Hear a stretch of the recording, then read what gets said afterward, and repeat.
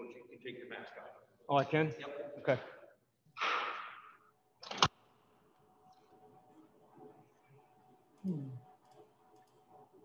Good afternoon, Coach. Thanks for joining us. Hi, Brett. How are you? Doing great, doing great. Want to kick things off here. We've got a number of media lined up for the question and answer, but if you'd like to make any opening comments before I turn it over to them, I'll let you go first. No, I'll probably say more than I should, so I'll be good with questions and answers. Thanks, All right. Brett. You got it. We'll kick things off. Austin Ward, first up.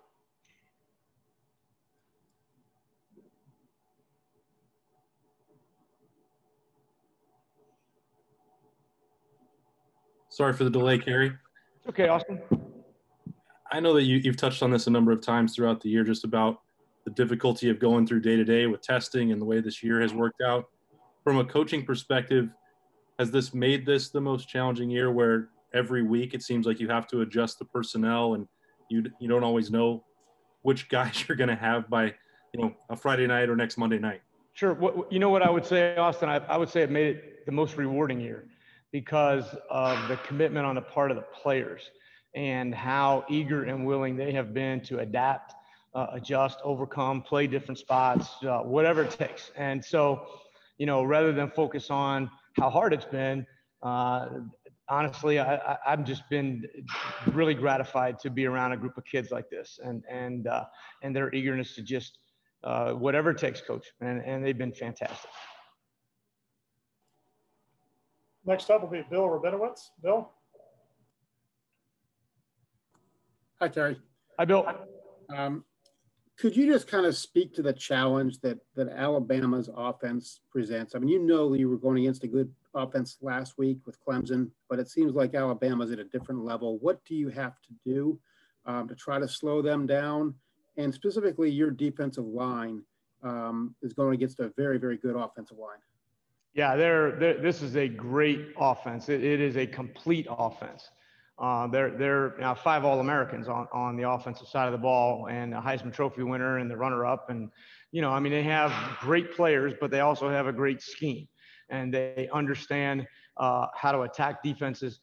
People have tried numerous different things against them, and they always have an answer. I think their kids play hard. I think they play physical. They run the ball well. They throw the ball, obviously, extremely well. They have great skill. And so for us, the challenge is the biggest offensive line that we faced, but they're also very gifted, very athletic. They can run, and they do a great job. And so it's going to be really, really important for us that we're fitting the right gaps, that we have inside hands with great pad level, and that we because if you misfit a gap or you get high in your pads or your hands are outside, they're going to take advantage of it. And then obviously we're going to have to do a great job in coverage with the skill of the receivers and the quality of the quarterback. Next up will be Nathan Baird. Nathan. Kerry, what have you seen from Lathan Ransom here late in the season that's led to him having a bigger role?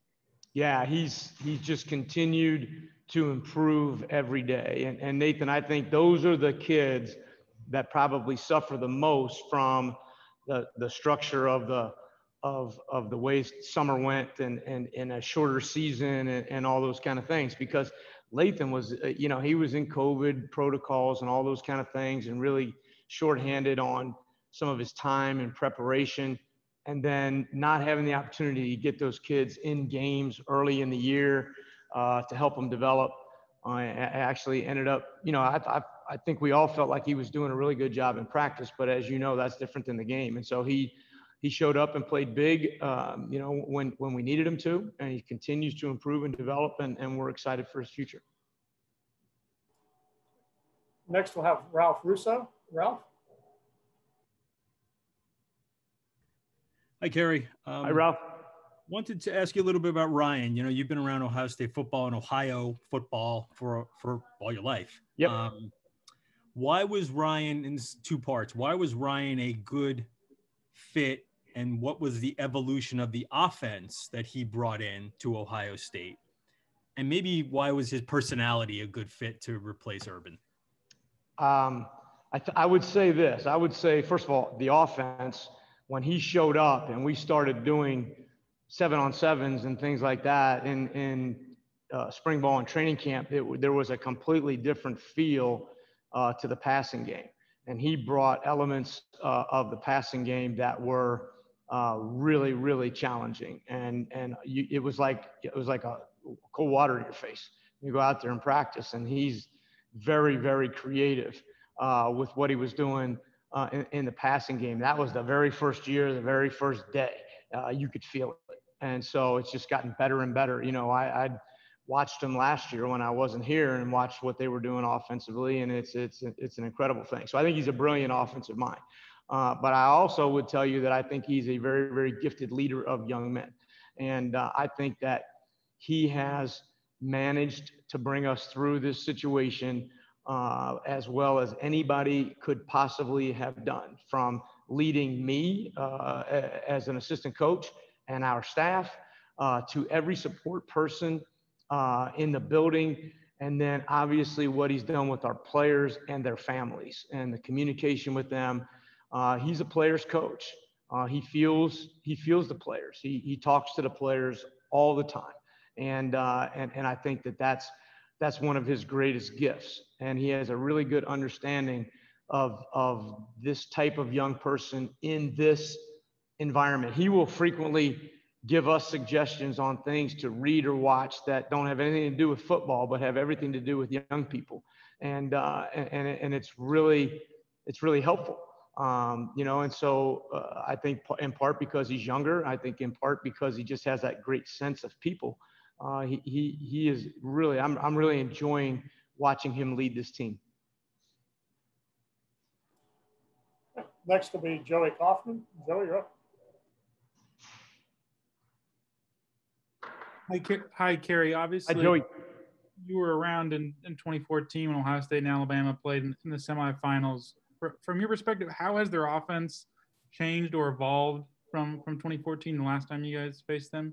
Well, they've always had great players, you know, that Derrick Henry and Amari Cooper then. And so they, you know, that's the Alabama way. They've always been physical. That's the Nick Saban way. I mean, those things don't change, but the evolution of the passing game and the passing attack and the variety of things that they do offensively is exceptional. You know, Coach Sarkisian has done a great job of challenging the defense on every single play. And so I certainly think that they have really evolved from 2014. Great players, great coaches, great effort, play hard, but also now a lot more wrinkles to the offensive package. Next we'll hear from Pat Murphy. Hi, Kerry. Hi, Pat. This game, obviously, you've been in these big games before as a coach here and in the NFL, but as a defensive coordinator, how does that change your approach, your anything on game day? Just how does that change, especially in a game when you're going up against, as you just talked about, an Alabama offense that is as good as this one is? Yeah, I don't think any of it has to do with me. I do think your preparation when you have to get 2 or 4 or 5 or 6 guys ready for a game is different than when you're trying to get an entire defense. But here, you know, our position coaches, they are phenomenal. And Larry and Greg and Al and Matt do a great job of coaching their guys, getting their guys ready to play and helping. We formulate the game plan together. You know, by the time we get to game day, we all have a pretty good idea of how we want to try to approach the game. And then I think those guys have done a great job this year of suggesting and making adjustments in game that have helped us have the opportunity to play well. And so I think that my hat's off to those guys. They've done a great job. You know, I'm just a part of that group on game day and really every day of the week. Next we'll have Bill Landis. Bill?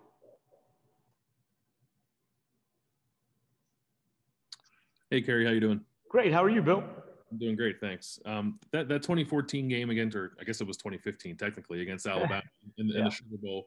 I know you won the title afterward, but that win in particular seemed like such a watershed moment for the program. What do you remember about that win, and what do you think it's done for the program since then?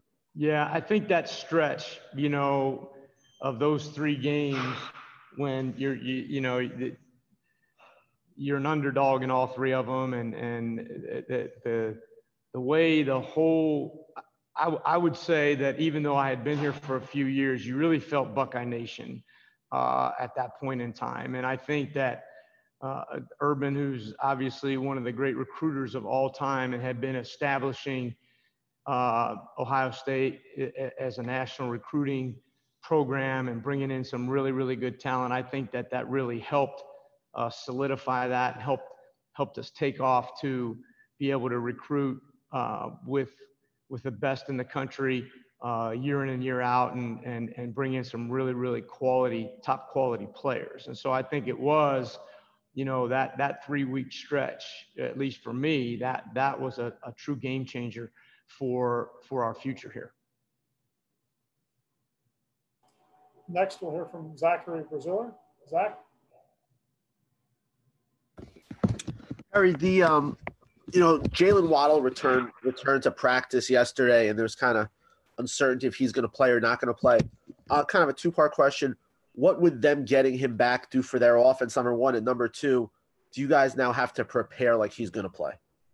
Well, I think you absolutely have to prepare like he's going to play. And I would promise you that he's he's an extraordinary athlete, extraordinary receiver. You played 5 games and you watch the tape, and he's a special player. So, my hat's off to him. If he's been able to recover and rehab and all those kind of things, I think those stories are great for college football, but he's a great player, and you're going to have to account for him on the field. I think there's no question about that, and they just have so many really, really gifted receivers and players on offense. It's just, it's another one. So we'll have to prepare and be ready for him. When they already have DeVonta Smith, he won the Heisman Trophy. They have Harris. Adding Waddle, is it kind of almost scary to think about how dynamic their offense is? Yeah, we're going to go play. I don't think you can play a game scared. I think that would be probably the worst thing you could do. But you have to also acknowledge when you're playing teams that are really, really good at what they do, and they are. And then we acknowledge that. And so we understand the challenge that's ahead of us. And we're preparing to play. Next up is Dennis Dodd. Dennis? Hey, Kerry. I don't know how often you guys go good on good, but you've seen Justin Fields at least this year, the whole time he's been there. What's the difference between him maybe last year and this year, and particularly from Northwestern when he played arguably his worst game to playing his best game against Clemson? Yeah, I've been able to watch him. I wasn't here last year to watch what he did in practice, Dennis, but I can tell you that what I've seen of Justin Fields is that he is one of the best quarterbacks I have ever seen. He makes throws in practice and obviously in games. I don't get to watch him play in the games very much, but he makes throws in practice that are fantastic. He's got command of the offense. He understands where we want to distribute the ball, and he's one of the best quarterbacks I've ever seen and ever been around. And we've been around some really good ones here, and he's truly gifted. Next, we'll hear from Stephen Means. Stephen?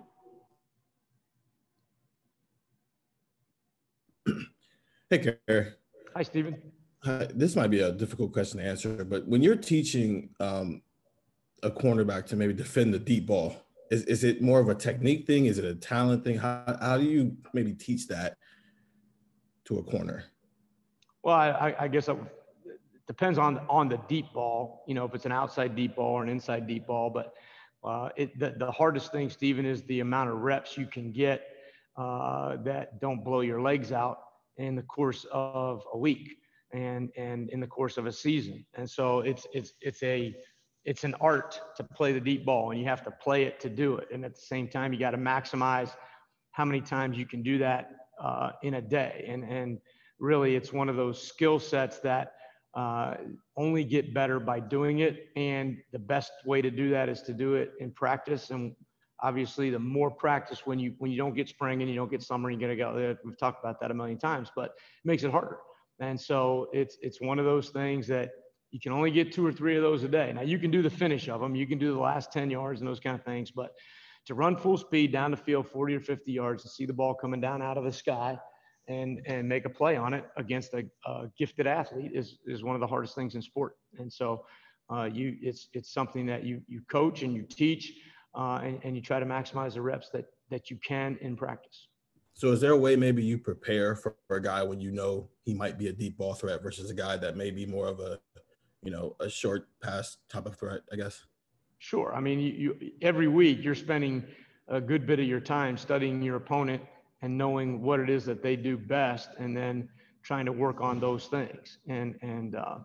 So, you try to match, you try to do the best you can to handle their strengths, because if you don't, it's going to show up on Saturday or Monday. Now we have time for one last question. Dan Hope. Dan?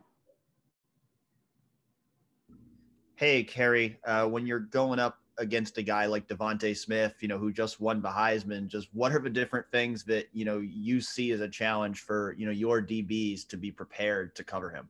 Yeah, he's just really, really gifted as a route runner. He's got extraordinary physical ability, which everybody understands, but it's way more than just being a guy who can run fast. He runs great routes. He catches the ball. He high points the ball, catches it in his hands. He catches short balls and makes some big plays. He catches obviously the deep balls as well as anybody that we've gone against. He's a blocker. He's a team guy. He's involved in every phase of their offense.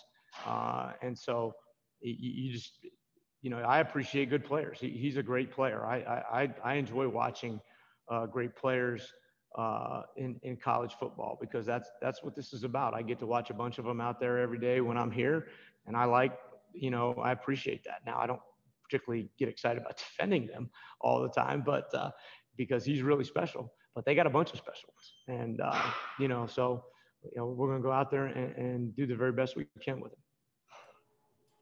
Thanks a lot for your time today, Coach. Thanks, Brett. Best of luck, and we'll you guys have a good. Thank you very much.